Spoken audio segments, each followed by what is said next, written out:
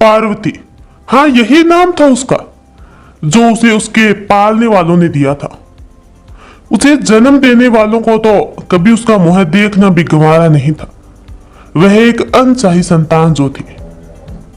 पूरे परिवार में कोई नहीं चाहता था कि वह जन्म ले, पर परिस्थितियां कुछ इस प्रकार बनी कि उसे जन्म लेना पड़ा।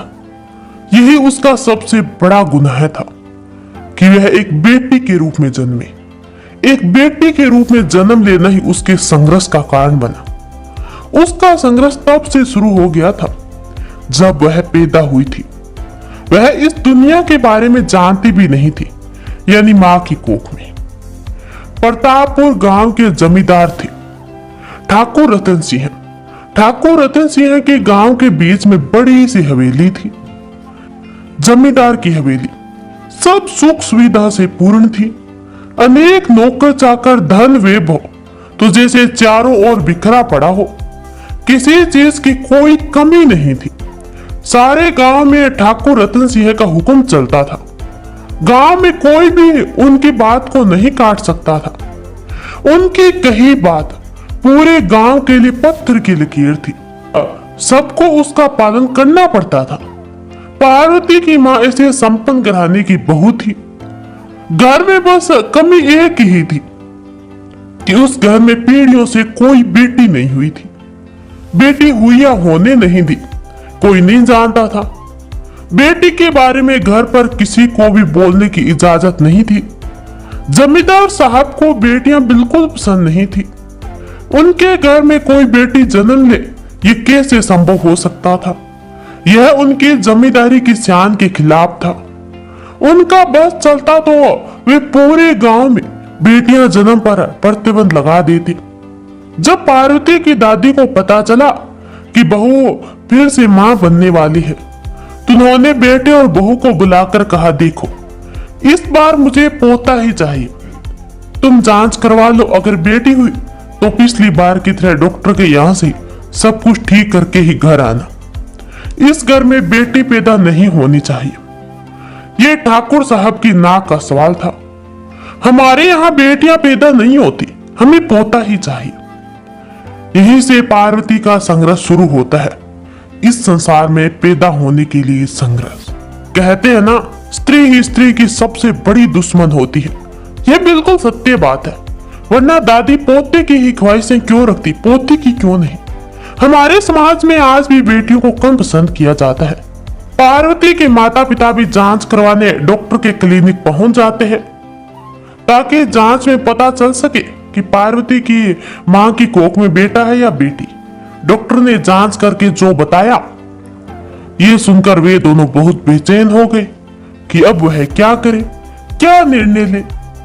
फिर दोनों ने तय किया कि वे वापस घर चलते हैं, सबको सारी बात बताते हैं, फिर बड़े लोग जो निर्णय लेंगे वही किया जाएगा। पार्वती के माता पिता वापस गांव लौट आते हैं। पार्वती की दादी बहुत खुश हो जाती है कि दोनों जल्दी ही लौट आए और इस बार बेटा ही पैदा होगा।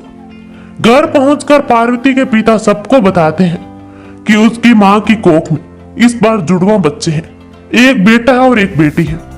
अब सबसे बड़ी समस्या यह थी कि डॉक्टर ने बताया था कि अगर गर्भपात करवाते हैं तो बेटी के साथ बेटा भी नहीं रहेगा। अब घर में सब परेशान हो गए कि क्या करें। यह तो बहुत बड़ी द्विधाग्रस्त स्थिति पैदा हो गई थी। अगर गर्भपात कराया तो पोते को भी खो देंगे, अगर नहीं कराते हैं तो पीढ़ियों से चली आ रही परंपरा का निर्वाह नहीं हो सकता। पीढ़ियों के बाद घर में बेटी का जन्म हो जाएगा, जो जमींदार खानदान की शान के विरुद्ध था। बहुत विचार मंथन हुआ कि क्या किया जाए।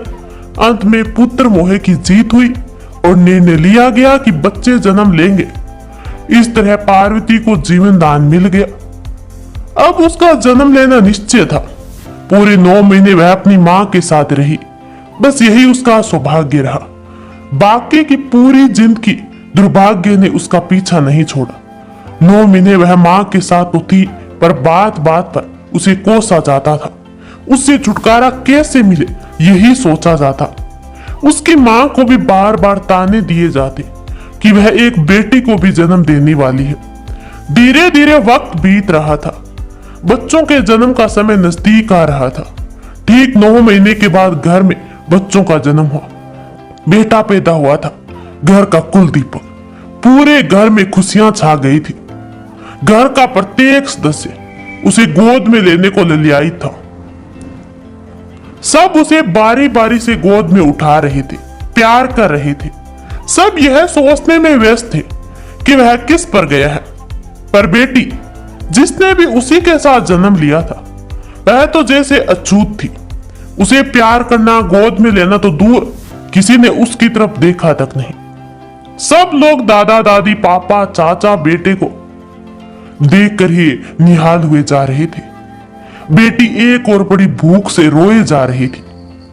उसकी मां को सख्त हिदायत मिली थी कि इसे दूध मत पिलाना, वह हमारे पोते का हक है, उसके लिए दूध कम हो जाएगा। पोते से तो जैसे उनका कोई रिश्ता ही नहीं था। उनका जन्म तो मजबूरी में हो गया था। अगर वो जुड़वा नहीं होते तो वह इस दुनिया में कभी आती ही नहीं। वह एक और बड़ी भूख के मारे रोए जा रही थी। तभी एक नौकरानी राधिका, जिसने कुछ समय पहले ही बच्चे को जन्म दिया था, उसकी दृष्टि उस पर पड़ जाती है। वह नौकरानी चुपचाप से अपना दूध पिला देती है। अब उसे जिंदा रखने के लिए संघर्ष करना था। आदि एक मां जो खुद भी एक स्त्री थी, उसकी सबसे बड़ी दुश्मन बन गई। दोनों ने ही उस नवजात बच्ची को मरने के लिए छोड़ दिया। पार्वती ने जन्म तो ले लिया था, ये तो उसके संघर्ष की शुरुआत थी। अब उसे जिंदा रहने के लिए संघर्ष करना था। पार्वती को उसकी मां से अलग कर दिया गया। वह नौकरों के बीच पलने लगी। जिस नौकरानी राधिका ने उसे दूध पिलाया था, वह उसके बच्चे के साथ उसे भी अपना दूध पिलाने लगी। अब वही उसका ध्यान रखने लगी। उसने उसे पार्वती नाम दे दिया था, माता के नाम पर उसे घर में एक माता तो दूर, इंसान भी नहीं समझा था।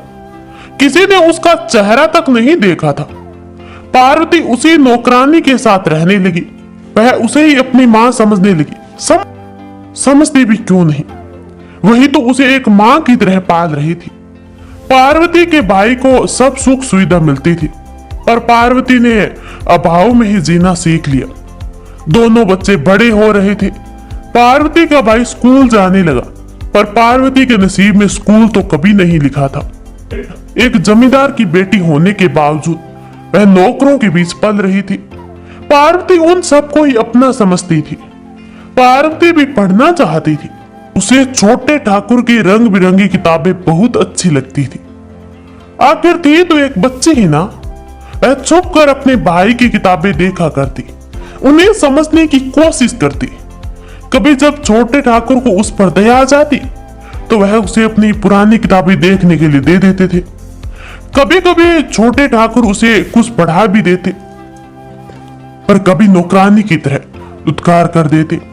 इसमें छोटे ठाकुर की भी कोई गलती नहीं थी। उसे तो पता ही नहीं था कि पार्वती उसकी बहन है। उसे कभी किसी ने बताया ही नहीं था कि पार्वती उसकी अपनी बहन है। पार्वती घर के नौकरों के बीच ही पलने लगी। वह राधिका को ही अपनी मां समझती थी और उसके बेटे नवीन को ही भाई समझती थी। पार्वती की पाठशाला घर में नौकरों के बीच ही शुरू हुई। उसे घर के काम सिखाए जाने लगे। उसे छुटपन से ही घर गृहस्थी की बातें बताई जाती। पूरा दिन घर का काम कराया जाता। उसे चूल्हा चौका, घर के सारे काम, घर के सारे सदस्यों की सेवा करना, यही सिखाया जाता। उसे पढ़ना चाहिए या उसकी पढ़ाई के बारे में तो किसी ने सोचा भी नहीं था। पार्वती धीरे धीरे बड़ी हो रही थी। छोटे ठाकुर भी उसी के साथ बड़े हो रहे थे। पार्वती की इच्छा बहुत होती कि वह छोटे ठाकुर की चीजों को देखे, उनको खिलौनों के साथ खेले, उनकी किताबें पढ़े, पर उसकी किस्मत में ये सब नहीं था। पार्वती जैसे छोटे ठाकुर की चीजों को छूती, उसे मना कर दिया जाता, उसे उसके कमरे से भगा दिया जाता। धीरे धीरे पार्वती घर के सारे काम सीख गई। वह छोटी सी उम्र में खाना बनाना, चूल्हा चौका करना, घर के सारे काम सीख गई। जमींदार के घर जब कोई मेहमान आता तो वह पार्वती को वहां नौकरानी की ही बेटी समझता था। जमींदार परिवार कभी किसी को नहीं बताता कि पार्वती उनके घर की बेटी है, क्योंकि उनके घर में बेटी पैदा होना उन्हें अपना अपमान लगता था। पार्वती अभी 14 साल की हुई थी। घर में हवेली में उसकी शादी की बात होने लगी। वह नहीं चाहती थी कि अभी उसकी शादी हो, पर उसकी कौन सुनने वाला था। उसने राधिका से कहा, माँ मैं अभी शादी नहीं करना चाहती हूँ। राधिका बोली, बेटी ऐसा नहीं हो सकता है। ठाकुर साहब जैसा चाहेंगे वैसा ही होगा। हमें उनकी आज्ञा का पालन करना ही होगा। सब लोग उनके लिए लड़का खोजने में लगे। किसी ने उससे पूछना भी नहीं चाहा कि वह क्या चाहती है, उसकी क्या इच्छा है। पूरा जमींदार परिवार उसके लिए लड़का खोजने में जुट गए। कुछ समय के बाद एक लड़का उनके लिए पसंद कर लिया गया। उससे किसी ने पूछा तक नहीं था कि लड़का उसे पसंद है या नहीं। यहाँ तक कि उसने लड़के को देखा भी नहीं था। पार्वती से बिना पूछे दूसरे गांव के जमींदार के 25 साल के बेटे नरेंद्र से उसका विवाह तय कर दिया गया। पार्वती यह नहीं समझ पा रही थी कि एक नौकरानी की बेटी की शादी के लिए पूरा जमींदार परिवार परेशान क्यों है। सब उसके लिए लड़का ढूंढने की इतनी कोशिश क्यों कर रहे हैं। राधिका जिसे अपनी माँ समझती थी, उससे कोई कुछ भी नहीं पूछ रहा था। राधिका का परिवार बस चुपचाप ठाकुर परिवार का हुक्म मान रहा था। उसने कभी भी उन्हें अपना मुंह खोलते हुए नहीं देखा। उनके बेटे की शादी तय की गई और उनसे राय तक नहीं ली गई। पार्वती कुछ समझ नहीं पा रही थी कि उसकी माँ इस तरह चुप क्यों है। फिर उसने सारी बात अपनी माँ से ही पूछनी सोची।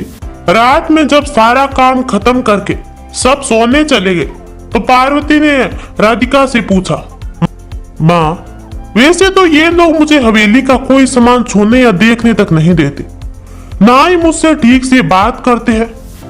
फिर सब लोग मेरी शादी के लिए इतने बेचैन क्यों हैं? राधिका बोली, वे तुम्हारी उम्र अब शादी के लायक हो गई है ना, इसीलिए। पार्वती बोली, नहीं माँ मुझे ऐसा नहीं लगता, कोई और बात है। ये लोग बिना आपसे बिना पूछे ही मेरी शादी कर रहे हैं और तुम कुछ बोल भी नहीं रही हो। राधिका बोली, ऐसी कोई बात नहीं है, वे हमारे मालिक है, वे जो करेंगे सब भले के लिए ही करेंगे। पर पार्वती यह बात मानने को तैयार नहीं थी कि एक जमींदार साहब बिना किसी कारण के उसकी शादी के लिए इतने उत्साहित है और एक जमींदार परिवार में उसकी शादी करवा रहे हैं। अब हवेली में पार्वती की शादी की तैयारियां शुरू हो गई। सारी व्यवस्था ऐसी हो रही थी जैसे जमींदार की बेटी की शादी होने वाली हो। पूरी हवेली को खूब सजाया गया, तरह तरह के पकवान बनाए जा रहे थे, खूब कपड़े गहने खरीदे गए। पार्वती तो सब बहुत ही कौतूहल से देख रही थी। उसने इतने गहने कपड़े कभी नहीं देखे थे। इतने महंगे कपड़े गहने देकर पार्वती बहुत खुश थी। यह देखकर कि सब उसके लिए लाया जा रहा है, वह नए नए कपड़े पहनकर देख रही थी कि कौन सा सबसे अच्छा लग रहा है। पार्वती बहुत खुश थी, पर अब भी वह नहीं समझ पा रही थी कि जमींदार परिवार उसकी शादी में इतना खर्चा क्यों कर रहा है। पार्वती के मन में इस बात को लेकर उथल पुथल मची हुई थी। वह बार बार राधिका से इस बारे में पूछती जा रही थी, पर राधिका उसे कुछ नहीं बताती थी। पर हर बार उसकी आंखों से आंसू छलक आते ही क्यों ना, उसने पार्वती को अपनी बेटी की तरह पाला था। शादी से एक रात पहले पार्वती जिद पर अड़ गई कि वह उसे यह बताए कि जमींदार परिवार उसकी शादी में इतना खर्चा क्यों कर रहा है। आखिरकार हार का राधिका ने उसे सब सच बता दिया, जिसे वह इतने सालों से अपने अंदर दबाए बैठी थी। वह बताना तो नहीं चाहती थी, पर वह जानती थी कि कल जब जमींदार उसकी शादी करेंगे तब तो उसे सब पता चल ही जाएगा। इसीलिए उसने आज ही उसे सब बताने का निश्चय किया। बहुत ही दुखी मन से राधिका ने पार्वती को वह कड़वा सच बता दिया कि वह उसके नहीं जमींदार की बेटी है और वह और छोटे ठाकुर जुड़वा भाई बहन है। राधिका की बात सुनकर पार्वती को बहुत बड़ा धक्का लगा। उसे विश्वास नहीं हो रहा था कि वह जमींदार परिवार की बेटी है। उसे राधिका की बात पर बिल्कुल विश्वास नहीं हो रहा था। पार्वती सारी रात रोती रही। अगले दिन पार्वती की शादी होनी थी। सुबह से ही हवेली में बहुत रौनक थी, पर पार्वती बिल्कुल चुपचाप थी। खूब बड़ी बारात आई पार्वती की। बड़े ही शान शौक से पार्वती की शादी हो रही थी। होती भी क्यों नहीं, एक जमींदार परिवार में ही तो उसकी शादी हो रही थी। कन्यादान के लिए जब जमींदार साहब और उनकी पत्नी मंडप पर आए, तब पार्वती को पूर्ण विश्वास हुआ कि वह सच में जमींदार खानदान की ही बेटी है। अगर वह राधिका की बेटी होती तो उसे उसकी शादी इतने धूमधाम से नहीं होती, और जमींदार खानदान में तो कभी नहीं, क्योंकि एक नौकरानी की बेटी को कोई जमींदार अपनी बहू कभी नहीं बनाता। पार्वती को अपने बारे में सच जानकर अच्छा नहीं लग रहा था। वह बहुत दुखी हो गई थी। वह अपने पूरे परिवार से यह पूछना चाहती थी कि उसने बेटी के रूप में जन्म लिया तो इसमें उसका क्या कसूर। वह अपनी मां से पूछना चाहती थी कि उसने उसे जन्म देकर छोड़ क्यों दिया, इसमें उसकी क्या गलती थी। पार्वती के मन में बहुत सारे सवाल थे। वह पूरे जमींदार परिवार से उसका उत्तर जानना चाहती थी, पर पार्वती के दिल की बात दिल में ही रह गई। उसे मौका ही नहीं मिला कि वह अपने दिल की बात सबसे कह सके। पार्वती की शादी जमींदार नरेंद्र से हो गई। वह विदा होकर ससुराल आ गई। शादी के बाद पार्वती को लगा कि शायद उसके दिन बदलने लगे हैं। उसे जमींदार की बेटी बनकर रहने का मौका तो नहीं मिला, पर अब वह जमींदार परिवार की बहू तो बनकर रहेगी। पार्वती यह सब देखकर खुश भी थी कि अब वह यहाँ खूब अच्छे से रहेगी, पर पार्वती यह नहीं जानती थी कि उसके मायके और ससुराल में बहुत कुछ सम्मान है। पार्वती विदा होकर ससुराल आ गई, इस उम्मीद से कि हो सकता है अब उसकी किस्मत बदल जाए, शायद अब उसके जीवन में खुशियां आ जाए। पार्वती के मायके और ससुराल में भी कोई खास अंतर नहीं था। उसके ससुराल वालों को भी अपने जमींदारी पर बहुत घमंड था। कुछ ही दिनों में पार्वती को पता चल गया कि उसकी स्थिति में कोई परिवर्तन नहीं होने वाला है। पार्वती के लिए यह ऐसा ही था जैसे उसे एक पिंजरे से निकालकर दूसरे पिंजरे में रख दिया हो। कुछ भी नहीं बदला था। सब कुछ, सब सुख सुविधा होने के बावजूद वह पहले की तरह है। सब रिश्ते उसके पास है, फिर भी वह बहुत अकेली थी। मायके में नवीन और राधिका तो थे उसके साथ उसका सुख दुख बांटने के लिए, पर यहाँ तो वे भी नहीं थे। पार्वती इस परिवार की बहू थी, इसीलिए उसे नौकरों से ज्यादा बात करने की अनुमति नहीं थी। पार्वती को ससुराल में नवीन और राधिका की बहुत याद आती थी। उसके लिए तो राधिका उसकी माँ और नवीन ही उसका भाई था। पार्वती के जीवन में बस इतना ही अंतर आया था कि पहले वे सिर्फ वही एक लड़की थी, अब वह एक बड़े घराने की बहू बन गई थी, किसी की पत्नी बन गई थी। सिर्फ उसके ऊपर जिम्मेदारियां बढ़ी थी और तो कुछ नहीं। पार्वती के ऊपर इस कच्ची उम्र में पूरे घर की जिम्मेदारी आ गई। अभी तो उसके खेलने कूदने की उम्र थी। उसका बचपन जिम्मेदारियों के तले दब गया। बहू ऐसा करो, यह मत करो, यह करो, ऐसे बैठो, यह खाओ, यह मत खाओ। बड़े घर की बहू ऐसा नहीं करती, पूरी मर्यादा में रहो। इस छोटी सी उम्र में उस पर ना जाने कितने नियम कानून लागू कर दिए। सारी बातें देखकर ऐसा लग रहा था जैसे अगर अभी उसे सब कुछ नहीं सिखाया तो फिर उसकी उम्र निकल जाएगी, जैसे वह फिर कुछ भी सीख नहीं पाएगी। मायके और ससुराल दोनों परिवारों में किसी ने भी नहीं समझा कि अभी तो वो बच्ची ही है। सब उस पर हुक्म चलाते, वह नौकरों की तरह सबका हुक्म मानने लगी। वैसे यह शिक्षा तो उसे बचपन से दी गई थी। अब पार्वती का नया संघर्ष शुरू हो गया, जिंदगी जीने के लिए संघर्ष।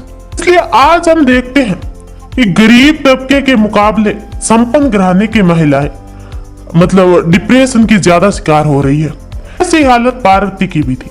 सब कुछ तो था, पर पार्वती के पास ऐसा कोई नहीं था जो उसको समझ सके, उसका दुख दर्द समझ सके। पार्वती अब 16 साल की हो गई, तभी उसे पता चला कि वह मां बनने वाली। कच्ची उम्र में ही शादी और कच्ची उम्र में ही पार्वती मां बनने वाली थी, जो खुद एक बच्ची थी और वह बच्चे को जन्म देने वाली थी। वह मां बनने के लिए अभी तैयार नहीं थी, इसलिए 9 महीने बाद जब पार्वती ने बच्चे को जन्म दिया तो वह बहुत ही कमजोर पैदा हुआ, जिस कारण पैदा होते ही उसने दम तोड़ दिया। अब तो पार्वती पर दुखों का पहाड़ टूट पड़ा। अब हर समय उसे ताने सुनने को मिलते कि वह एक स्वस्थ बच्चे को भी जन्म नहीं दे पाई। वह कैसी औरत है। पार्वती अभी बच्ची थी। वह यह नहीं समझ पा रही थी कि उसकी गलती कहाँ है। अभी कम उम्र होने के कारण वह स्वस्थ बच्चे को जन्म नहीं दे पाई। इसमें उसका क्या कसूर है? ये बात ये बड़े लोग क्यों नहीं समझ पा रहे? अभी वह पूर्ण रूप से स्वस्थ भी नहीं हो पाई कि उसकी सास ने कहना शुरू कर दिया कि वह जल्दी से पोते का मुंह दिखा दे, नहीं तो वह अपने बेटे का दूसरा ब्याह करवा देगी। जब पार्वती 19 साल की हुई तो उसे पता चला कि वह फिर से मां बनने वाली है। फिर तो पूरे 9 महीने उसकी सास उस पर टोटके करती रही। हर समय उससे कहती इस बार स्वस्थ बच्चा पैदा होना चाहिए। उसे कई तरह की जड़ी बूटी खिलाती रहती और कहती कि ऐसा करने से बेटा ही पैदा होगा। 9 महीने बाद पार्वती ने एक बेटी को जन्म दिया, जो उसका सबसे बड़ा दुर्भाग्य बन गया। पार्वती नहीं जानती थी उसके मायके की तरह ही उसके ससुराल में बेटी को जन्म देना एक गुनाह था। उसके ससुराल में पिछली 7 पीढ़ी से कोई बेटी पैदा नहीं हुई थी। यह उनकी शान के खिलाफ था और पार्वती ने एक बेटी को जन्म दिया था। अब तो पार्वती की जिंदगी बहुत मुश्किलों से गुजरने वाली थी। अभी वह अपने आप को संभाल भी नहीं पाई थी कि उसकी सास ने उससे कहा कि उसे इस बेटी को अपने से वह इस घर से दूर करना पड़ेगा। हमारे घर में बेटी नहीं रह सकती, यह हमारी शान के खिलाफ है। पार्वती ने इस बात का विरोध किया। वह अपनी बच्ची को छोड़ना नहीं चाहती थी, क्योंकि वह जानती थी कि अगर वह अपनी बेटी को छोड़ देगी जैसे उसकी मां ने उसे छोड़ दिया था, तो उसकी बेटी या तो नौकरों के बीच पलेगी या किसी अनाथालय में, या जिंदा रहेगी या नहीं वह नहीं जानती थी। इसलिए पार्वती ने अपनी बेटी को त्यागने से मना कर दिया। पार्वती अब डर गई कि कहीं ससुराल वाले उसकी बेटी को उससे दूर ना कर दे। तो उसने सबसे कह दिया था कि अगर कोई उसकी बेटी को कुछ करेगा तो वह अपनी जान दे देगी। जिससे उसके ससुराल वालों ने बच्ची को तो कुछ नहीं करा, पर पार्वती पर जुल्म करने शुरू करने लगे। अब पार्वती को भूखा प्यासा रखा जाता। पार्वती फिर भी नहीं मानी तो उसके पति ने उसके सामने एक शर्त रख दी, या तो वह इस बच्ची को त्याग दे, नहीं तो वह उसे त्याग देगा। उसे उन दोनों में से किसी एक को चुनना पड़ेगा।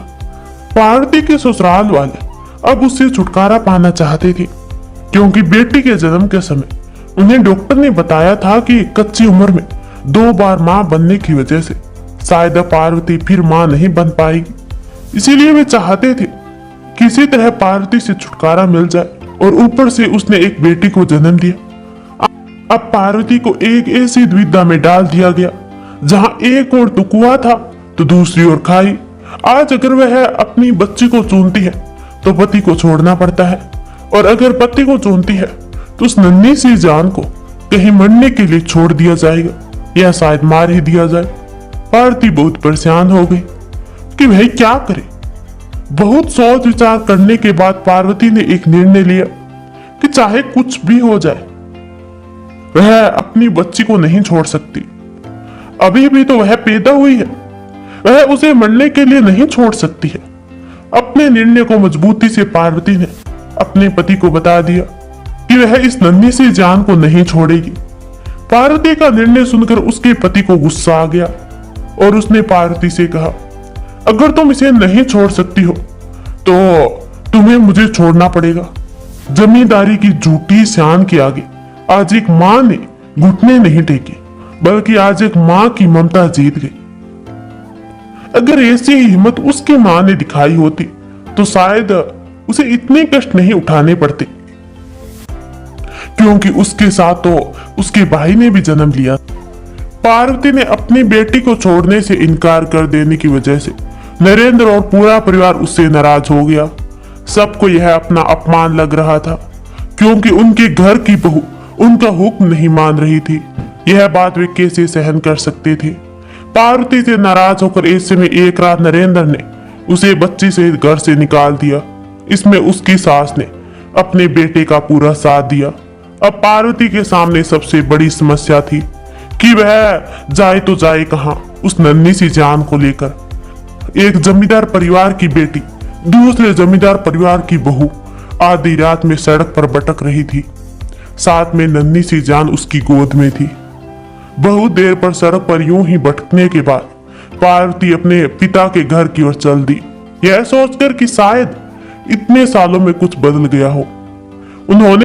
उन्होंने उसे अपनी बेटी मानकर ही तो उसकी शादी करी थी। पार्वती सोच रही थी कि उस पर नहीं तो उन्हें उसके बच्चे पर ही शायद उन्हें दया आ जाए और उसे आसरा मिल जाए। पर पार्वती गलत सिद्ध हुई। इतने सालों में कुछ नहीं बदला था। जमींदार की वही ऊंची नाक, वही झूठी शान अभी भी बरकरार थी। जिस पिता ने उसे कभी नहीं अपनाया, अब वह उसे और उसके साथ एक छोटी सी बच्ची को कैसे अपना सकते थे। उन्हें तो वह कलंक की तरह दिखता था। एक तो वह बेटी थी, फिर उसने भी एक बेटी को जन्म दिया था। बड़ी उम्मीद के साथ पार्वती अपने पिता के घर की ओर चल दी। थकी हारी पिता की हवेली पहुंच गई, पर वहां भी उसे कोई सहारा नहीं मिला। उसकी उम्मीदों को पूरी तरह से पानी में डाल दिया गया। उसे सहारा देना तो दूर, उससे किसी ने बात तक नहीं करी। उसे घर से जाने के लिए बोल दिया गया। पार्वती ने बड़ी उम्मीदों से अपनी दादी और मां की ओर देखा, पर वहां से भी उसे निराशा ही हाथ लगी। माँ और दादी ने भी उससे मुंह मोड़ लिया। पार्वती के पिता ने उन दोनों को हवेली से बाहर कर दिया और हवेली का दरवाजा बंद कर दिया। अब पार्वती कहाँ जाती, बच्ची भी भूख के मारे रो रही थी। पार्वती परेशान हो हवेली के बाहर ही बैठ गई। इस संसार में सब लोग एक समान तो नहीं होते। यहाँ अच्छे बुरे सब तरह के लोग होते हैं। उनमें अच्छे लोगों में राधिका और नवीन जैसे लोग भी थे। राधिका ने हवेली में जो हुआ सब देखा था, जिसे देखकर राधिका चुपचाप पार्वती के पीछे हवेली से बाहर आ गई। राधिका ने भले ही पार्वती को जन्म नहीं दिया था, पर जन्म के दिन से ही उसी ने उसे पाला था। उसका खून का तो नहीं, पर दिल का रिश्ता बहुत मजबूत था। राधिका चुपचाप पार्वती को अपने घर ले गई। राधिका ने पार्वती को अपने घर में रखा और उसे समझाया कि वह घर से बाहर ना निकले, वरना जमींदार साहब पार्वती के साथ साथ उसके परिवार का क्या हाल करेंगे वो भी नहीं जानती थी। पार्वती बेटी होने से भी बड़ा गुनाह किया था कि वह अपने पति का घर छोड़कर आ गई है। राधिका पार्वती को अपने घर ले गई। उसका व उसकी बच्ची का अच्छे से ध्यान रखा, पर राधिका हमेशा डरी रहती थी कि अगर कहीं जमींदार साहब ने पार्वती को उसके घर में देख लिया तो फिर न जाने क्या होगा। जिन्होंने अपनी बेटी और अपनी नातिन का दुख दर्द समझ नहीं आया, फिर वो तो उनके घर की एक नौकरानी है। राधिका के रिश्ते का भाई पवन दूर एक गांव में अध्यापक की नौकरी करता था। उसे राधिका के गांव और पार्वती के परिवार से कोई नहीं पहचानता था। राधिका और पवन में बचपन से बहुत प्यार था। राधिका ने बचपन में अपने बेटे नवीन को भी उसी के पास पढ़ने भेज दिया था। राधिका पवन के अलावा किसी पर भी विश्वास नहीं कर सकती थी। राधिका ने बहुत हिम्मत से काम लिया। उसने पार्वती और उसकी बच्ची को एक रात चुपचाप पवन के पास पहुंचा दिया, जहां पार्वती को कोई नहीं जानता था। इसीलिए राधिका निश्चिंत थी कि वहां पार्वती को कोई नहीं पहचानेगा और जमींदार साहब को कभी पता नहीं चलेगा कि पार्वती कहाँ है। अब पार्वती अपने मायके और ससुराल से दूर एक गांव में रहने आ गई। पार्वती पढ़ी लिखी तो थी नहीं, उसे सिर्फ घर का काम ही आता था, उसे खाना बनाना आदि। पर पार्वती बहुत ही स्वाभिमानी स्त्री थी, तभी तो उसने अपने ससुराल वालों की गलत सोच का पुरजोर विरोध किया था, जिसके फलस्वरूप उसे घर से निकाल दिया गया था। पार्वती अध्यापक पवन पर अपना और अपनी बच्ची का बोझ नहीं डालना चाहती थी। इसे अध्यापक जी भी तो छोटी सी अध्यापक की नौकरी ही करते थे। उनका अपना परिवार भी था, अपने खर्चे भी थे। पार्वती ने अध्यापक पवन से उसे कोई काम दिलवाने के लिए कहा, पर समस्या यह थी कि पार्वती को सिर्फ घर में खाना बनाने के अलावा कोई कार्य नहीं आता था। पार्वती का काम करना बहुत आवश्यक था। अब यहाँ से पार्वती को अपने साथ साथ अपनी बच्ची को भी पालने के लिए संघर्ष करना था। अब पार्वती का एक नया संघर्ष शुरू हो चुका था, पर अब उसके पास जीने का एक मकसद था, उसकी बेटी। इतनी कठिनाइयों के बाद भी पार्वती ने दृढ़ निश्चय किया था कि वह अपनी बच्ची को कमजोर मजबूर नहीं बनाएगी। वह अपनी बेटी को दूसरी पार्वती नहीं बनने देगी, वह उसे एक सशक्त नारी बनाएगी। पार्वती नई जगह आ गई थी। यह ना कोई उसे जानता था, ना ही वह किसी को जानती थी, इसलिए यहाँ वह कोई भी काम करे उसे कोई पहचानने वाला नहीं था। अध्यापक पवन ने कोशिश करके पार्वती को गांव के साहूकार के यहाँ खाना बनाने का कार्य दिलवा दिया। साहूकार ने अपनी हवेली के बाहर नौकरों के लिए बने कमरों में से एक कमरा पार्वती को रहने के लिए दे दिया। पार्वती दिन भर हवेली में काम करती और शाम को अपनी बेटी के साथ अपने कमरे में। पार्वती को अब जीवन यापन करने का सहारा मिल गया था और मकसद भी। अब उसकी बेटी ही उसकी जिंदगी थी, पर अभी उसका संघर्ष खत्म नहीं हुआ था। पार्वती अपनी बेटी को एक मजबूत स्त्री बनाना चाहती थी, इसलिए उसने उसको माँ दुर्गा के नाम पर दुर्गा नाम दे दिया। अब दुर्गा 4 साल की हो गई थी और पार्वती 23 साल की। हालात ने पार्वती को अपनी उम्र से अधिक परिपक्व बना दिया था। अब वह दुनिया को अच्छे से समझने लगी थी। सही गलत इंसान की उसे पहचान होने लगी थी। दुर्गा 4 साल की हो गई थी। अब वह जिस स्कूल में पवन पढ़ाता था वहां पढ़ने जाने लगी थी। पवन और उसका परिवार ही पार्वती और दुर्गा का एकमात्र सहारा था। पवन और उसका परिवार पार्वती और दुर्गा को बहुत प्यार करते थे, उनका ख्याल रखते थे। छोटी सी दुर्गा अब स्कूल जाने लगी थी। वह बहुत छोटी थी, इसलिए अध्यापक पवन उसे अपने साथ ही स्कूल लाते और ले जाते। पार्वती भी साहूकार के यहाँ मन लगाकर काम कर रही थी। उसे लग रहा था कि शायद अब उसकी जिंदगी ठीक तरह से गुजर जाएगी, पर पार्वती को नहीं पता था कि एक बहुत बड़ा तूफान उसकी जिंदगी में आने वाला है। पार्वती जिस साहूकार के घर काम करती थी, उसका बेटा सुनील बाहर शहर में पढ़ाई करने गया था। वह काफी समय के बाद लौटा था। एक तो जवानी का जोश, ऊपर से पिता की दौलत का नशा, ऐसे में होश कहाँ रहता है। ऐसी हालत कुछ साहूकार की बेटी सुनील की थी। वह समझता था पिता की दौलत से वह सब कुछ खरीद सकता था। उसे अपने और अपने पिता की दौलत पर बहुत घमंड था। इस बार सुनील जब घर आया तो उसकी नजर जब पार्वती पर पड़ी, वह पार्वती को देखता ही रह गया। पार्वती बहुत सुंदर दिखती थी। अभी वह 23 साल की ही थी। सुनील की नजर जब से पार्वती पर पड़ी, वह उसे परेशान करने लगा। हर समय उसके आगे पीछे घूमता रहता। वह उसे पाना चाहता था। पार्वती उसकी ओर कोई ध्यान नहीं देती थी, उसकी ओर देखती तक नहीं थी। सुनील ने कई बार उससे बात करने की कोशिश करी, पर पार्वती ने कभी भी उसकी बातों का कोई जवाब नहीं दिया। सुनील जिधर होता पार्वती उधर नहीं जाती थी। सुनील को पार्वती की बेरुखी बहुत ही खलने लगी थी। सुनील सोचने लगा, ये 2 कौड़ी की नौकरानी उससे बात तक नहीं करती। उसे अपने ऊपर बहुत घमंड था। मैं इसे सबक अवश्य ही सिखाऊंगा। सुनील अब पार्वती को सबक सिखाने का मौका ढूंढने लगा। एक दिन उसे मौका मिल गया। एक दिन जब पार्वती कुछ जल्दी काम खत्म करके अपने कमरे में चली गई, दुर्गा अभी स्कूल से वापस नहीं आई थी। उसने लिए अपने लिए अच्छा मौका देख सुनील चुपचाप पार्वती के कमरे में चला गया। सुनील पार्वती को अकेला देख उससे बदतमीजी करने लगा। उसे देखकर पहले तो पार्वती डर गई, फिर उसके इरादे भांपकर जोर से चिल्लाने लगी। उसके चिल्लाने का सुनील पर कोई असर नहीं हुआ तो पार्वती और जोर से चिल्लाने लगी। तभी दुर्गा स्कूल से वापस आ गई। उसके साथ अध्यापक पवन भी थे। दुर्गा अभी छोटी ही थी, इसलिए वे उसे रोज छोड़ने घर आते थे। उन्होंने पार्वती के चिल्लाने की आवाज सुनी तो वे भागकर अंदर गए। वहां सुनील को देखकर वे सारा माजरा समझ गए। पवन ने सुनील की पिटाई कर दी और उसे चेतावनी दी कि अगर वह यहाँ दोबारा दिखा तो यह उसके लिए बहुत बुरा होगा। सुनील को इन सब का बहुत बुरा लगा। उसे यह सब अपना अपमान प्रतीत हुआ। इस घटना से तिल मिलाए सुनील ने ठान लिया था कि वह अब पार्वती के साथ साथ अध्यापक पवन से भी बदला लेना चाहता है। अब वह हर समय यही सोचता रहता कि इन दोनों से बदला कैसे लिया जाए। सुनील हर समय पार्वती और पवन पर नजर रखने लगा। कुछ दिन तक रोज नजर रखने के बाद सुनील ने देखा कि अध्यापक पवन रोज पार्वती घर आते जाती है। यह सब देखकर सुनील को अपना बदला लेने का उपाय समझ में आ गया। अब वह पूरी तैयारी से बदला लेने में लग गया। सुनील गांव में सबसे पार्वती और पवन के रिश्ते के बारे में बात करने लगा। उनके बारे में गलत गलत बातें करने लगा।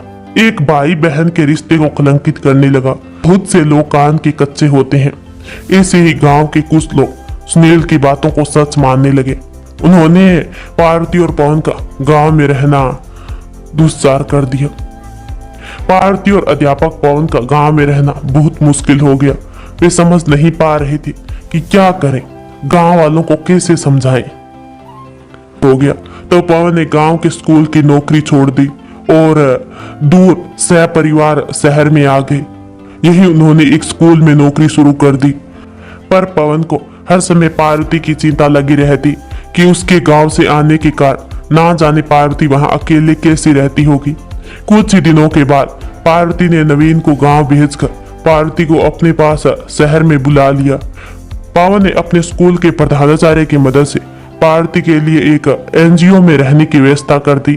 पार्वती गांव से शहर आ गई और दुर्गा के साथ एनजीओ में रहने लगी। पार्वती को कोई और कार्य तो आता नहीं था। वह पढ़ी लिखी भी नहीं थी। पार्वती को सिर्फ खाना बनाना आता था। पार्वती बहुत ही स्वाभिमानी थी। उसे खाली एनजीओ में रहना अच्छा नहीं लग रहा था। तो पार्वती ने वहां की संचालिका से कहा कि वह उसे एनजीओ की रसोई, जहां वहां रहने वाले बच्चों और स्त्रियों के लिए खाना बनता है, उसे नौकरी में रख ले। उसे खाना बनाना बहुत अच्छे से आता है। एनजीओ संचालिका ने पार्वती की बात सही लगी तो उन्होंने पार्वती को वहां की रसोई में काम पर रख लिया। पार्वती बहुत मेहनत से काम करती थी। कुछ ही दिनों में उसने अपने मधुर व्यवहार से सबको अपना बना लिया। एनजीओ आकर दुर्गा भी बहुत खुश थी। वहां उसे खेलने के लिए बहुत सारे बच्चे जो मिल गए थे। पार्वती ने वहीं दुर्गा को एक अच्छे स्कूल में प्रवेश दिला दिया। दुर्गा अब शहर के स्कूल में पढ़ने लगी।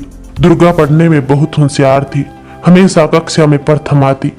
दुर्गा पढ़ाई के अलावा स्कूल के सारे कार्यक्रमों में सबसे आगे रहती और उसे स्कूल के सारे अध्यापक अध्यापिकाएं बहुत प्यार करते थे। उसके प्रथम आने पर और बहुत ही होशियार होने की वजह से स्कूल में दुर्गा की फीस माफ कर दी। धीरे धीरे दुर्गा बड़ी होने लगी।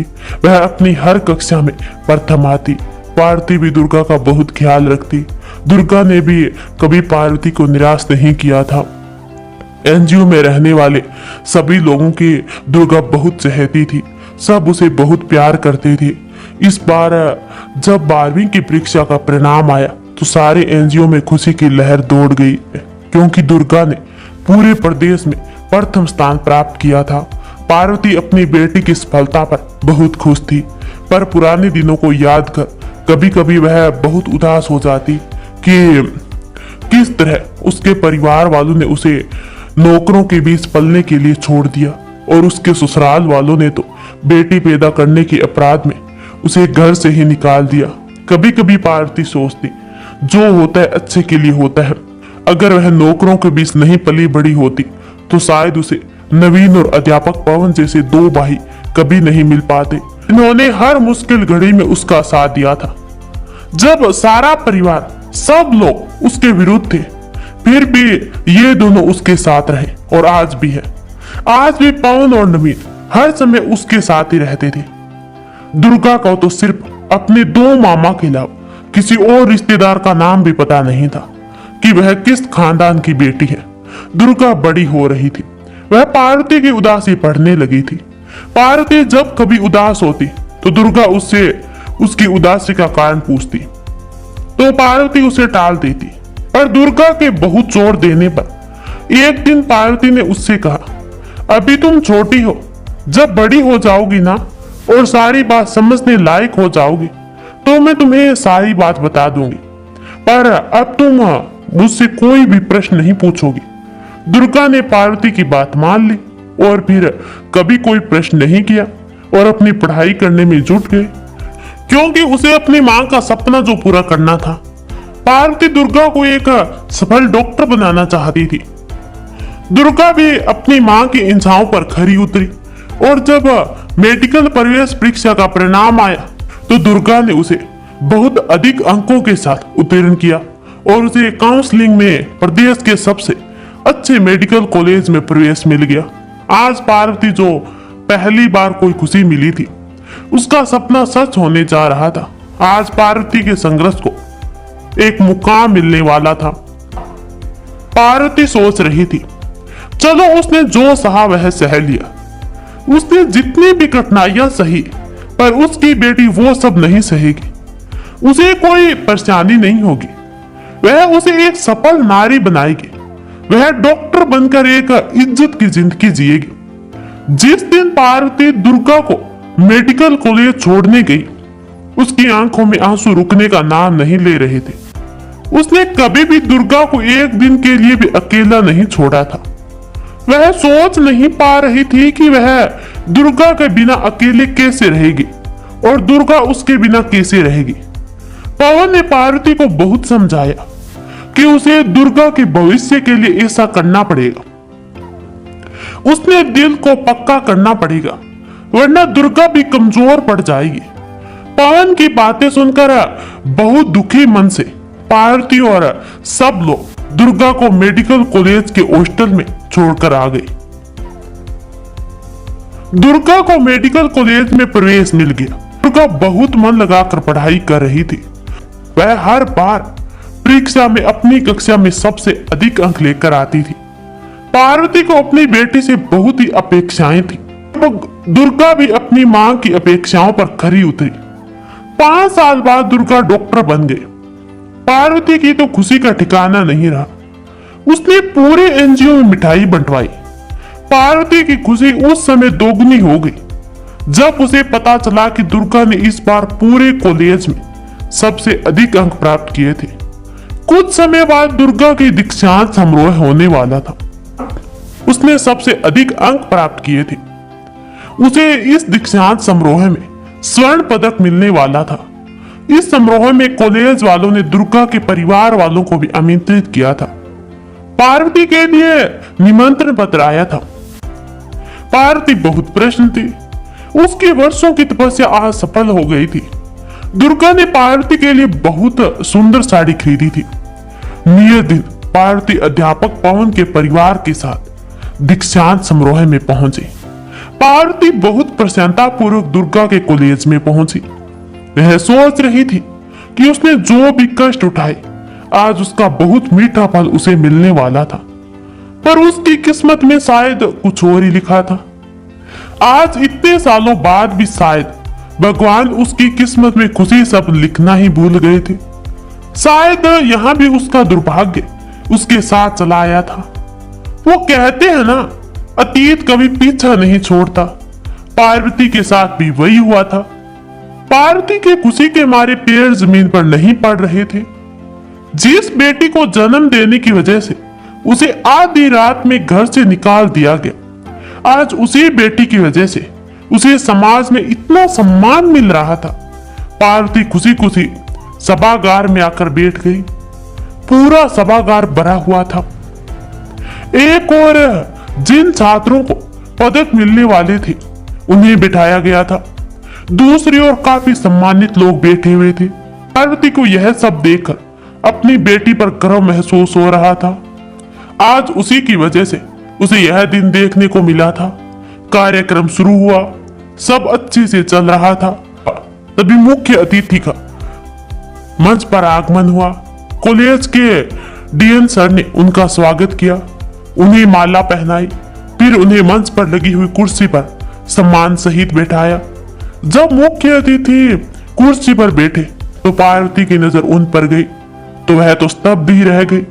उसने देखा कि मुख्य अतिथि की कुर्सी पर उसके पति दुर्गा के पिता जमींदार ठाकुर नरेंद्र सिंह बैठे हैं।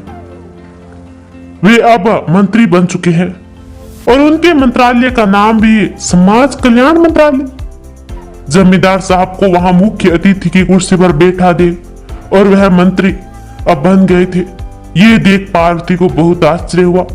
वह उन्हें देखती रह गई कि ये कैसे हो सकता है कि जिसने कभी समाज के बारे में नहीं सोचा वह आज समाज कल्याण मंत्री के पद पर विराजमान है। ये कैसी विडंबना है। पार्वती नहीं चाहती थी कि उसके अतीत की छाया उसके बेटी के भविष्य पर पड़े, क्योंकि वह जानती थी जब दुर्गा को स्वर्ण पदक मिल जाएगा तो वह अपनी मां को मंच पर अवश्य बुलाएगी। वह जब मंच पार कर जाएगी तो जमींदार साहब से उसका सामना हो जाएगा, तो वह सामान्य नहीं रह पाएगी। अगर ऐसा हुआ तो दुर्गा के लिए वह अच्छा नहीं होगा। पता नहीं वह कैसा महसूस करे। पार्वती नहीं चाहती थी कि दुर्गा के लिए कोई असहज क्षण आए। उसने कितनी मेहनत करी इस क्षण के लिए, वह उसकी खुशी को बर्बाद नहीं कर सकती। इसलिए पार्वती चुपचाप सभागार से बाहर निकल गई। बाहर आकर पार्वती सोचने लगी, कैसी किस्मत पाई उसने। भगवान ने उसे कभी भी कोई खुशी नहीं दी। आज जब उसकी बेटी की वजह से उसे जो खुशी मिल रही थी उसे भी उसमें शामिल नहीं होने दिया। उसके सामने ऐसी असामान्य स्थिति लाकर खड़ी कर दी जिन लोगों के सामने आने से वह हमेशा दूर रहना चाहती थी, उन्हें ही उसके सामने लाकर खड़ा कर दिया। कहते हैं ना, अतीत कभी पीछा नहीं छोड़ता। वही आज उसके साथ भी हो रहा था। पार्वती यह सोच रही थी कि सभागार से आवाज आई, इस बार का स्वर्ण पदक डॉक्टर दुर्गा को मिलता है। उन्होंने इस बार सबसे परीक्षा में सबसे अधिक अंक प्राप्त किए हैं। पार्वती भागकर सभागार के दरवाजे पर जाकर चुपचाप एक कोने में जाकर खड़ी हो गई ताकि उसे कोई देख ना पाए। वह दुर्गा को पदक लेते हुए देखना चाहती थी। तभी आवाज आई, हम दुर्गा को पदक लेने के लिए मंच पर अपनी माता जी के साथ आमंत्रित करते हैं। पर पार्वती तो वहां थी नहीं। दुर्गा ने अब अपनी मां को नहीं देखा तो वह परेशान हो गई। उसने पवन से पूछा, मामा जी मां कहाँ है? वे बोले, अभी तो यही थी, पता नहीं कहाँ चली गई। जब दुर्गा का दोबारा नाम बोला गया तो वह बिना मां को लिए पदक लेने चली गई। पर वह बहुत उदास थी कि मां उसके साथ पदक लेने नहीं आई। दुर्गा चाहती थी कि वह आज सब बताएगी कि किन कठिनाइयों का सामना कर उसकी मां ने उसे बड़ा किया, उसे पढ़ाया। वह अपनी मां को अपना आदर्श मानती है, पर यह सब हो ही नहीं पाया। बहुत दुखी मन से दुर्गा ने पदक ग्रहण किया। सब लोग बहुत परेशान हो गए कि पार्वती कहाँ गई है। समारोह के बाद सब लोग जल्दी से घर वापस आए तो पार्वती वहां उन्हें बिस्तर पर लेटी हुई मिली। पार्वती नरेंद्र को मंत्री देख बहुत दुखी हो जाती है। उसके आंखों के सामने वो सारा मंजर घूमने लगता है जब उसकी बेटी ने जन्म लिया था। फिर उस पर जिस तरह से अत्याचार किए गए थे सब उसके एक एक कर याद आने लगे। पार्वती बहुत ही परेशान हो गई थी कि एक स्त्री पर इस तरह का अत्याचार करने वाला पुरुष आज समाज कल्याण मंत्री बन गया है, जिसने कभी समाज की परवाह नहीं करी, ना कभी समाज के बारे में सोचा। वह आज समाज का ठेकेदार बनकर सम्मानित लोगों के बीच बैठकर समाज कल्याण की बड़ी बड़ी बातें कर रहा है। पार्वती को इस तरह बिस्तर पर लेटे देख दुर्गा बहुत घबरा गई। दुर्गा और पवन पार्वती से बार बार पूछ रही थी पर पार्वती कुछ बता ही नहीं पा रही थी। दुर्गा बहुत घबरा गई। वह पार्वती को जल्दी से लेकर अस्पताल पहुंची। उसे अस्पताल में भर्ती कराया गया। वहां दुर्गा को पता चला कि पार्वती को दिल का दौरा पड़ा है। दुर्गा समय पर पार्वती को अस्पताल ले गई थी, जिससे पार्वती को समय पर ही सही उपचार मिल पाया, जिसके कारण उनकी जान बच गई। अब पार्वती का एक नया संघर्ष शुरू हो गया, मौत से संघर्ष। पार्वती को समय पर उपचार मिल गया था। उसकी तबीयत में सुधार होने लगा। दुर्गा ये खुद एक डॉक्टर थी, इसलिए वह सब बातों का बहुत अच्छे से ख्याल रख रही थी, जिससे पार्वती की तबीयत में जल्दी से सुधार हो रहा था। कुछ दिन बाद पार्वती की तबीयत ठीक हो गई थी और पार्वती अस्पताल से घर वापस आ गई। एनजीओ में दुर्गा की सफलता के लिए एक समारोह होने वाला था। वहां की संचालिका मंडल ने यह समारोह रखा था। वह उनके लिए बहुत बड़ी बात थी कि उनके एनजीओ में रहने वाली एक बच्ची ने आज इतनी बड़ी सफलता प्राप्त करी है। पार्वती घर वापस आ गई। उसकी सेहत को ध्यान में रखकर एनजीओ वालों ने अगले हफ्ते यह समारोह करने का फैसला लिया। एनजीओ में समारोह की तैयारी चल रही थी। पार्वती अब काफी ठीक हो गई थी। आज पवन और नवीन भी उससे मिलने उनके घर आए थे, तो सही समय जानकर दुर्गा ने पार्वती से पूछा, माँ सच सच उस दिन दीक्षांत समारोह में ऐसा क्या हुआ था जो आप इतने तनाव में आ गई थी? कि आपको दिल का दौरा पड़ गया। पार्वती उसे नहीं बताना चाहती थी कि उस दिन क्या हुआ था। वह नहीं चाहती थी कि उसके अतीत की सच्चाई दुर्गा को पता चले, जिससे उसे दुख हो कि उसकी मां ने उसे जन्म दिया तो उन्हें कितने कष्ट सहने पड़े। पर आज दुर्गा मानने वालों में से नहीं थी। उसने ठान लिया था कि वह सच्चाई जानकर ही रहेगी। उसने पवन और नवीन से भी पूछा, पर वे भी कुछ नहीं जानते थे, क्योंकि उन्होंने भी कभी जमींदार नरेंद्र सिंह को देखा नहीं था, इसलिए उन्हें नहीं जानते थे। तभी वे समारोह में उन्हें पहचान नहीं सके थे। जब दुर्गा नहीं मानी और पवन और नवीन के बहुत जोर देने पर पार्वती उसे सब कुछ बताने के लिए तैयार हो गई। पूरे गांव के जमींदार चौधरी रतन सिंह के घर में उनकी पोती के रूप में जन्मी। वहां बेटी का जन्म होना उनकी शान के खिलाफ था। इस तरह पार्वती ने बता दिया कि किस तरह से उसकी छोटी उम्र में शादी कर दी गई और दुर्गा के जन्म के समय उसे घर से बाहर निकाल दिया गया। पार्वती ने यह भी बताया कि जिसने उन्हें घर से निकाला वह और कोई नहीं, आज के समाज कल्याण मंत्री ठाकुर नरेंद्र सिंह थे। वे तुम्हारे पिताजी हैं। पार्वती की बात सुनकर किसी को विश्वास नहीं हो रहा था कि जिनके घर बेटी को जन्म लेने का अधिकार नहीं था, जो बेटी के जन्म होने पर अपनी निरपराध पत्नी को घर से निकाल देता, जो समाज को सबसे बड़ा दुश्मन है, वह आज समाज कल्याण मंत्री बन गया। दुर्गा को सारी बात बताते हुए पार्वती की आंखों से निरंतर आंसू बह रहे थे। सारी बात सुनकर दुर्गा अपनी मां से लिपटकर खूब रोई और सोचने लगी कि उसकी मां ने कितने कष्ट सहे उसे पालने के लिए। मां ने सबको छोड़ दिया, पर किसी भी परिस्थिति में उसे नहीं छोड़ा। अगर शुरू में उसकी नानी ने भी थोड़ी हिम्मत दिखाई होती तो शायद उसकी मां का संघर्ष कुछ आसान हो जाता, लेकिन ऐसा नहीं हुआ। दुर्गा को अब सारी बात पता चल गई थी कि उस दिन दीक्षांत समारोह से मां क्यों चली आई थी। आज दुर्गा को अपनी मां की उदासी का कारण भी पता चल गया था। उसे अपनी मां के लिए बहुत बुरा लग रहा था। वह बहुत दुखी हो गई थी अपनी मां के अतीत को जानकर। आज पार्वती के सारे पुराने जख्म हरे हो गए थे। वह आज सब कुछ उसे याद आ गया था जिसे वह भूलना चाहती थी। वह सब वे कभी याद नहीं करना चाहती थी, लेकिन हालात ऐसे बन गए कि उसे वह सब याद करना पड़ा। पार्वती को अपनी बेटी को वह समाज का काला सच बताना पड़ा। यह ऐसा बताते हुए पार्वती को बहुत तनाव हो गया। एक तो उसे अभी कुछ दिन पहले ही दिल का दौरा पड़ा था। वह अब पूरी तरह से ठीक भी नहीं हुई थी। वह अभी कमजोर थी, जिस कारण उनका तनाव बढ़ गया और पार्वती को दूसरा दिल का दौरा पड़ गया। पार्वती को तुरंत अस्पताल ले जाया गया।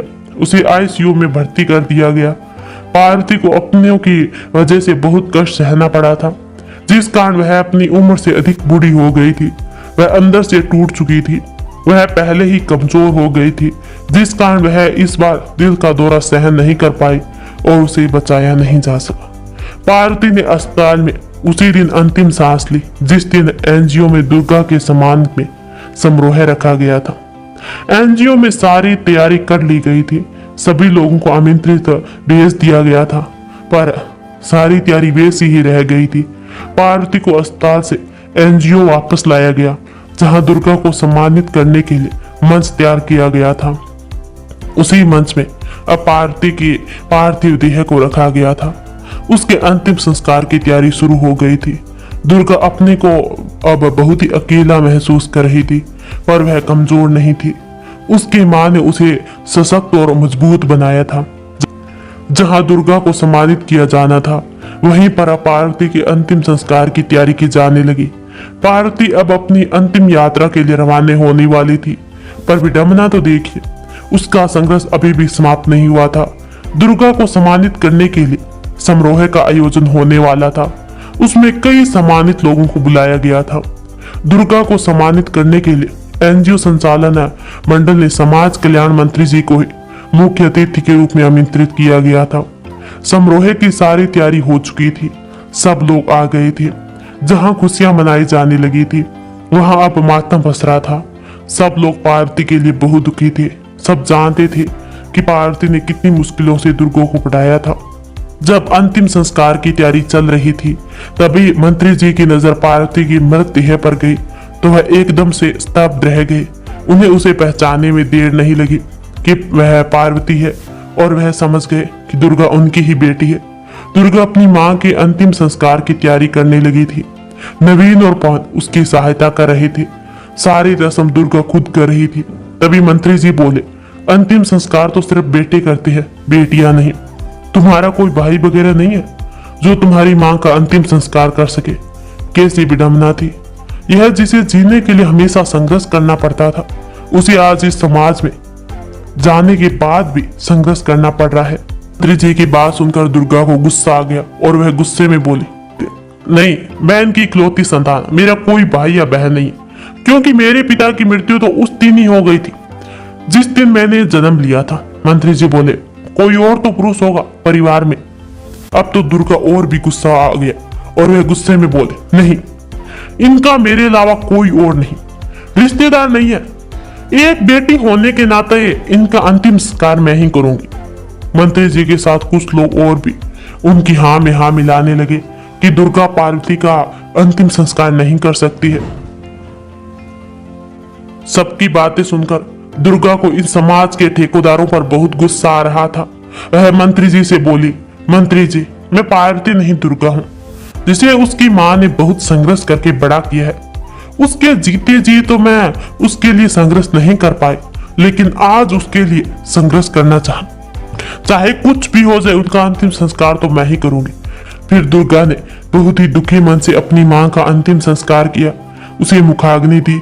दुर्गा के आंखों से तो आंसू रुकने का नाम ही नहीं ले रहे थे। दुर्गा अपने घर में उदास बैठी थी। तभी एनजीओ संचालिका उसके पास आती है। संचालिका उसे सांत्वना देती है कि पार्वती इस दुनिया में नहीं है, पर पूरा एनजीओ उसके साथ है और हमेशा साथ रहेगा। यह उसका अपना घर है, वह कभी भी अपने को अकेला ना समझे। संचालिका दुर्गा से कहती है कि उस दिन जो समारोह रखा था ना, वह तो नहीं हो पाया, पर दोबारा एक छोटा सा समारोह कर लेते हैं जिसमें पार्वती को श्रद्धांजलि अर्पित करेंगे। कल मंत्री जी का फोन आया था, वो भी तुमसे मिलना चाहते हैं। वे कह रहे हैं कि तुम्हें गोद लेना चाहते हैं, क्योंकि तुम बहुत ही होनहार हो। इसलिए वे चाहते हैं कि तुम आगे की पढ़ाई के लिए विदेश जाओ और वहां से खूब बड़ी डॉक्टर बनकर आओ, और पूरा खर्च उठाने को वो तैयार है, उन्हें भी बुला लेगी। उसकी बात सुनकर दुर्गा को बहुत गुस्सा आ गया। वह संचालिका से बोली, मुझे किसी से नहीं मिलना, ना ही कहीं पढ़ने जाना। मुझे आगे की पढ़ाई के लिए मेरे पुराने कॉलेज में प्रवेश मिल चुका है। मुझे किसी की सहायता की आवश्यकता नहीं है, उस मंत्री की तो बिल्कुल ही नहीं। दुर्गा गुस्से में न जाने और क्या क्या बोल जाती। तभी पवन ने उसे रोकते हुए संचालिका से कहा, मैडम, अभी यह बहुत दुखी है, आप इसकी बातों पर मत ध्यान दीजिए। आपको जो उचित लगे आप वैसा ही कीजिए। संचालिका बोली, ठीक है, मैं मंत्री जी को बता देती हूँ।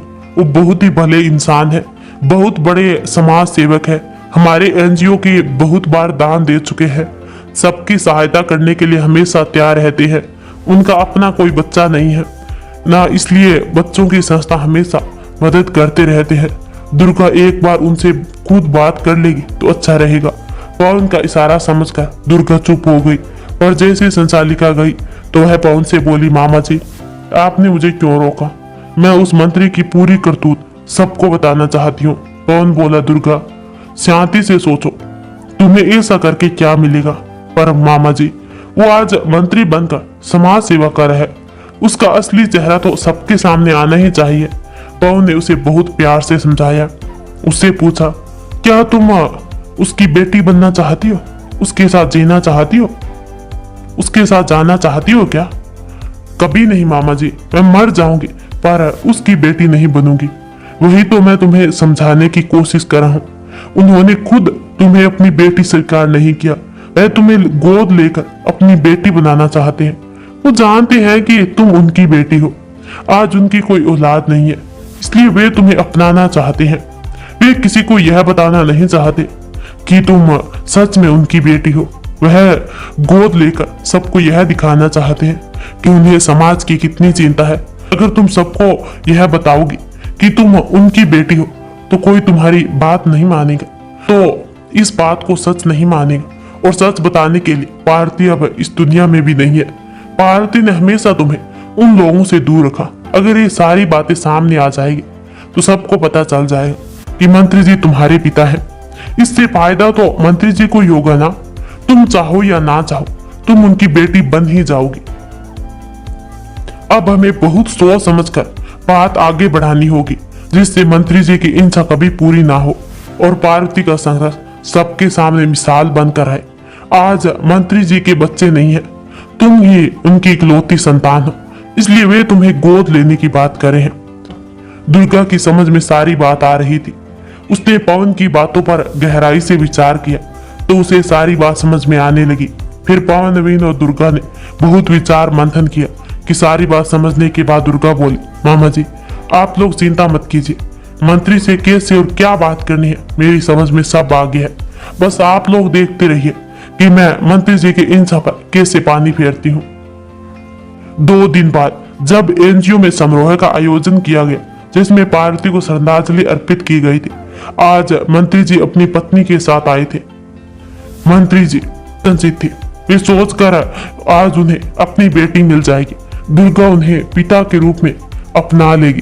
पर कोई नहीं जानता था कि दुर्गा के मन में क्या चल रहा है। दुर्गा ने सबसे पहले मंत्री जी को धन्यवाद दिया कि उन्होंने उसके बारे में इतना सोचा। फिर दुर्गा ने अपनी माँ को श्रद्धांजलि देते हुए कहा, मेरी माँ ही मेरी आदर्श है। माँ ने बहुत संघर्ष करके मुझे इस काबिल बनाया कि आज मैं अपने पैरों पर खड़ी हो पा रही हूँ।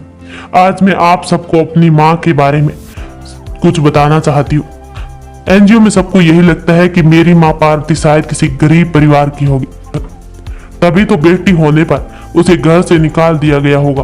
पर आपको जानकर बहुत आश्चर्य होगा कि मेरी माँ किसी गरीब परिवार से नहीं बल्कि एक संपन्न जमींदार परिवार की बेटी थी, जहां बेटी पैदा होना शर्म की बात थी। इसलिए उनके घर वालों ने उन्हें नहीं अपनाया। वे घर के नौकरों के बीच पली बड़ी, जहां उन्हें एक नौकरानी से मां का प्यार मिल गया। सारी बात थी, पर नाम किसी का नहीं लिया उसने। मंत्री जी अगर सच में कुछ करना चाहते हैं तो मैं उनसे एक गुजारिश करना चाहती हूँ कि हमारे एनजीओ में पिछले महीने 2 अनाथ बच्चियां आई हैं। एक 5 साल की है और एक 3 साल की। उनका इस संसार में कोई नहीं है। अगर मंत्री जी उन्हें अपना लेते तो उन बच्चियों का भविष्य संवर जाता। मंत्री जी हमें अपनाना चाहते हैं, इसके बदले में उन दोनों बच्चियों को अपना ले। हमारा भविष्य तो हमारी माँ बना कर ही गई है, पर इनका भविष्य बनाने के लिए इनकी माँ इस दुनिया में नहीं है। हमारा एनजीओ इसका पूरा ख्याल रखेगा, पर इन्हें एक माता पिता का प्यार और एक घर नहीं दे सकता जो मंत्री जी दे सकते हैं। मैं बस इतना ही कहना चाहती हूँ। इतना बोलकर दुर्गा वापस आ गई। सारी बात सुनकर मंत्री जी को अपनी प्रतिष्ठा बचाने के लिए कहे या मजबूरी में उन बच्चियों के भविष्य संवारने के लिए हाँ करनी पड़ी। दुर्गा के दिल को आज बहुत सुकून महसूस हो रहा था। जिस इंसान ने उसकी पत्नी को बेटी को जन्म देने की वजह से घर से निकाल दिया, आज वही इंसान 2 बेटियों को मजबूरी में ही सही उन्हें अपनाने को तैयार हो गया। आज दुर्गा ने बिना किसी का नाम लिए उसके मुंह पर जोरदार थप्पड़ दे मारा। दुर्गा पवन और नवीन के साथ वापस अपने घर आ गई। ये सिर्फ एक स्त्री की कहानी ही नहीं है, बल्कि हमारे देश की नारी की दुर्दशा की कहानी है। जिस देश में नारी को देवी के रूप में पूजते हैं, वह वास्तव में तो उसे एक इंसान भी नहीं समझा जाता। देवी मानना तो दूर की बात है, आज ही नारी को पग पग पर संघर्ष करना पड़ता है। तो गाइस कैसी लगी आपको ये कहानी, मुझे कमेंट में जरूर बताना जी। धन्यवाद।